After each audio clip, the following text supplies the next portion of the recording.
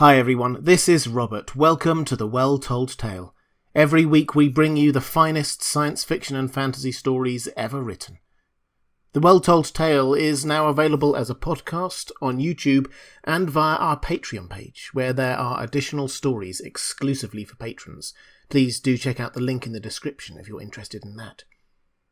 Today we have one of our favourite authors here at The Well-Told Tale, Edgar Allan Poe, and one of his most famous stories, The Tell-Tale Heart. First published in 1843, the urgency of the narrative soon made this a classic of American literature. It's also an early example of the potentially unreliable narrator. Can we trust this person to tell us the truth? Can we even trust that they know the truth?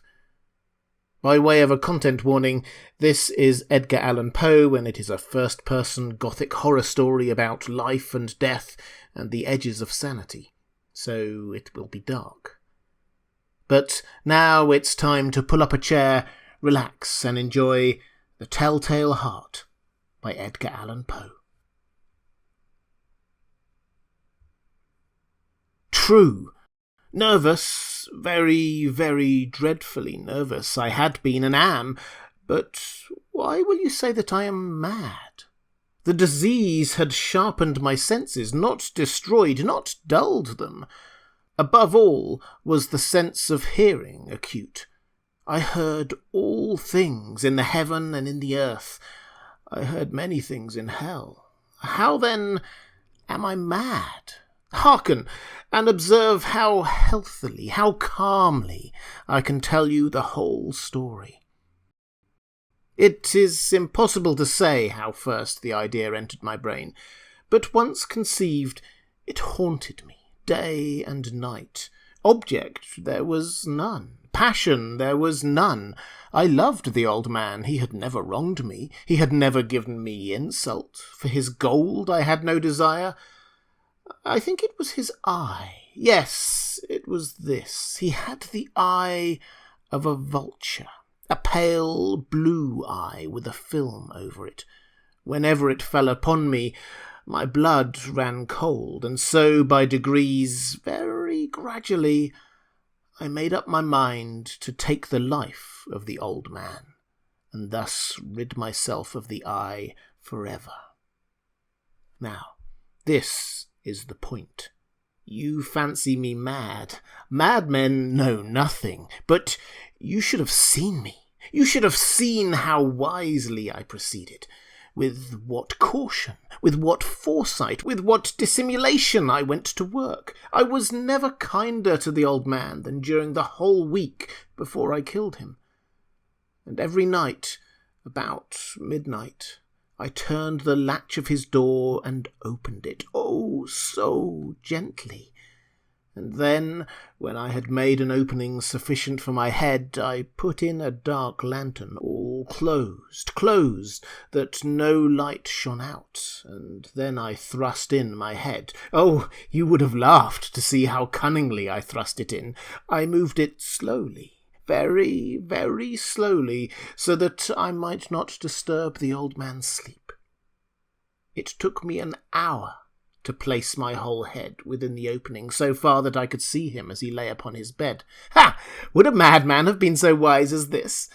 And then, when my head was well in the room, I undid the lantern cautiously, oh, so cautiously, for the hinges creaked.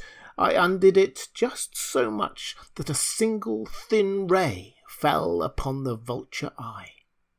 And this I did for 7 long nights, every night, just at midnight. But I found the eye always closed, and so it was impossible to do the work, for it was not the old man who vexed me, but his evil eye.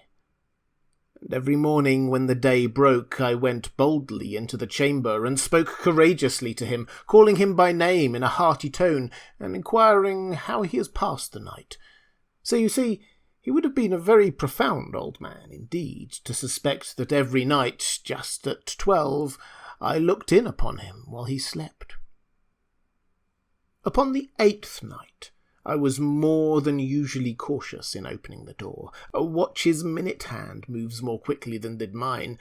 Never before that night had I felt the extent of my own powers, of my sagacity. I could scarcely contain my feelings of triumph. To think that there I was, opening a door, little by little, and he not even to dream of my secret deeds or thoughts. I fairly chuckled at the idea, and perhaps he heard me, for he moved on the bed suddenly, as if startled. Now, you may think that I drew back, but no.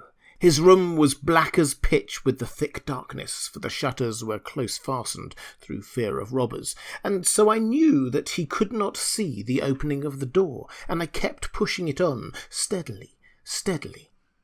I had my head in, and was about to open the lantern, when my thumb slipped upon the tin fastening, and the old man sprang up in bed, crying out, "Who's there?" I kept quite still, and said nothing. For a whole hour I did not move a muscle, and in the meantime I did not hear him lie down. He was still sitting up in the bed, listening, just as I have done night after night, hearkening to the death watches in the wall. Presently I heard a slight groan, and I knew it was the groan of mortal terror. It was not a groan of pain or of grief, oh no, it was the low, stifled sound that arises from the bottom of the soul when overcharged with awe. I knew the sound well. Many a night, just at midnight, when all the world slept, it has welled up from my own bosom, deepening with its dreadful echo the terrors that distracted me. I say I knew it well. I knew what the old man felt, and pitied him, though I chuckled at heart. I knew that he had been lying awake ever since the first slight noise when he had turned in the bed.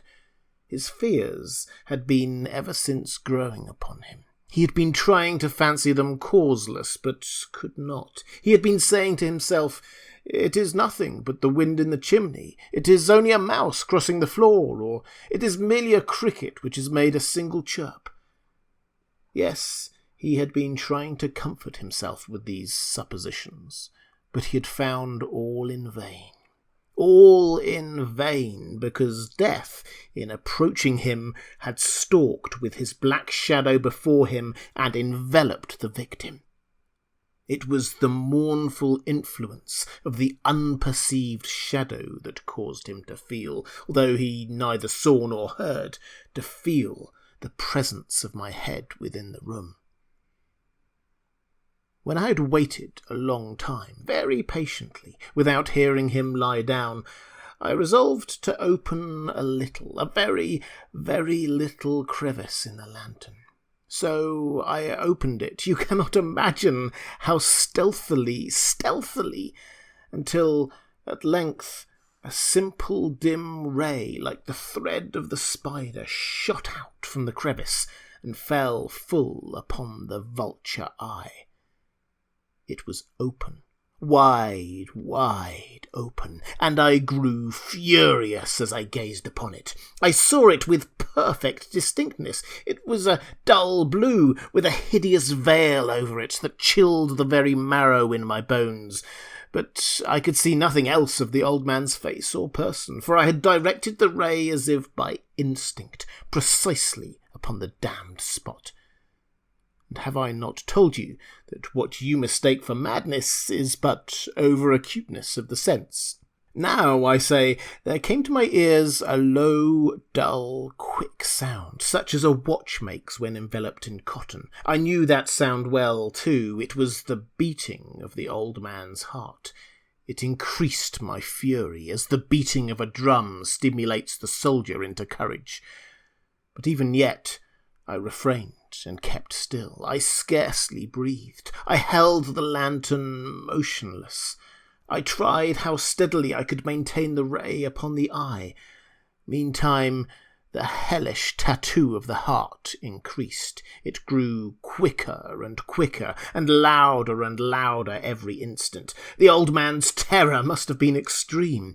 It grew louder, I say, louder every moment. Do you mark me well? I have told you that I am nervous, so I am. And now, at the dead hour of the night, amid the dreadful silence of that old house, so strange a noise as this excited me to uncontrollable terror. Yet for some minutes longer I refrained and stood still. But the beating grew louder, louder. I thought the heart must burst, and now a new anxiety seized me. The sound would be heard by a neighbour. The old man's hour had come. With a loud yell, I threw open the lantern and leaped into the room. He shrieked once only. In an instant I dragged him to the floor and pulled the heavy bed over him. I then smiled gaily to find the deed so far done. But for many minutes the heart beat on with a muffled sound. This, however, did not vex me. It would not be heard through the wall. At length it ceased. The old man was dead. I removed the bed and examined the corpse. Yes, he was stone dead. I placed my hand upon the heart and held it there many minutes. There was no pulsation. He was stone dead. His eye would trouble me no more. If you still think me mad, you will think so no longer when I describe the wise precautions I took for the concealment of the body. The night waned, and I worked hastily but in silence. First of all, I dismembered the corpse. I cut off the head and the arms and the legs. I then took up 3 planks from the flooring of the chamber and deposited all between the scantlings. I then replaced the boards so cleverly, so cunningly, that no human eye, not even his, could have detected anything wrong. There was nothing to wash out, no stain of any kind, no blood spot whatever. I had been too wary for that. A tub had caught all. When I had made an end of these labours, it was 4 o'clock, still dark as midnight. As the bells sounded the hour, there came a knocking at the street door. I went down to open it with a light heart, for what had I now to fear? There entered 3 men, who introduced themselves with perfect suavity as officers of the police. A shriek had been heard by a neighbour during the night. Suspicion of foul play had been aroused. Information had been lodged at the police officer, and they, the officers, had been deputed to search the premises.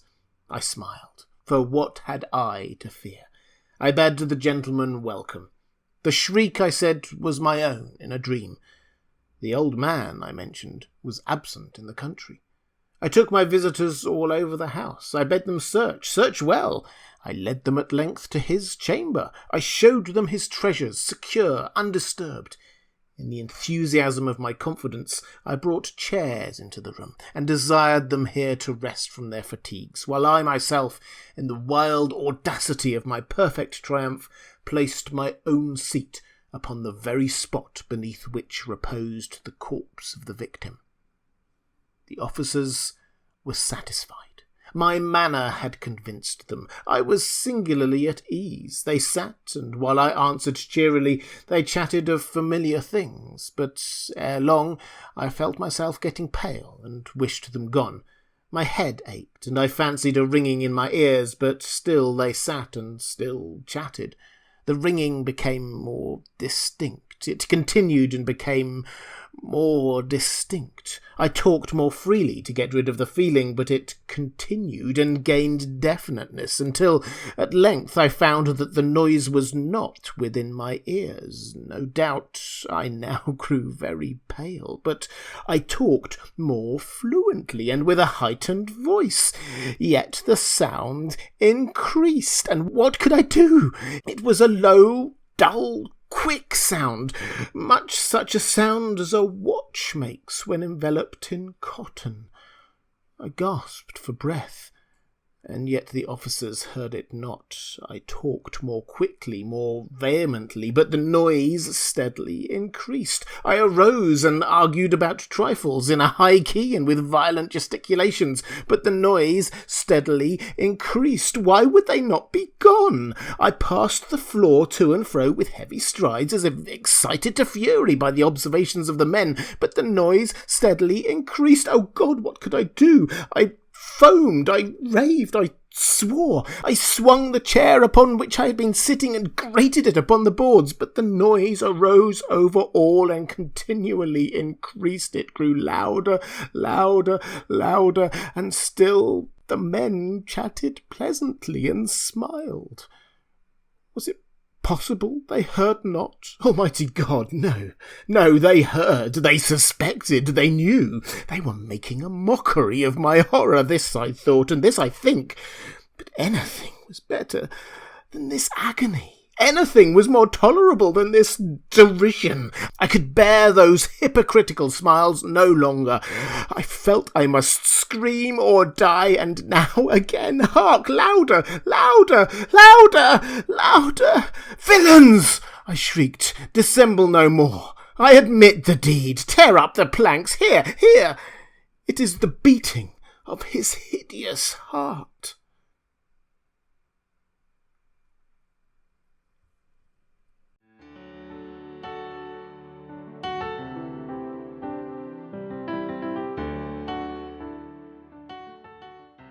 And welcome back. I hope you enjoyed The Telltale Heart by Edgar Allan Poe.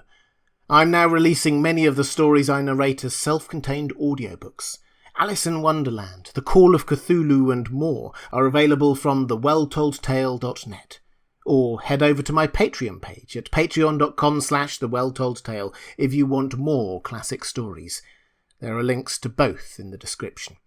I'll be back next week with another classic story. I hope you can join me.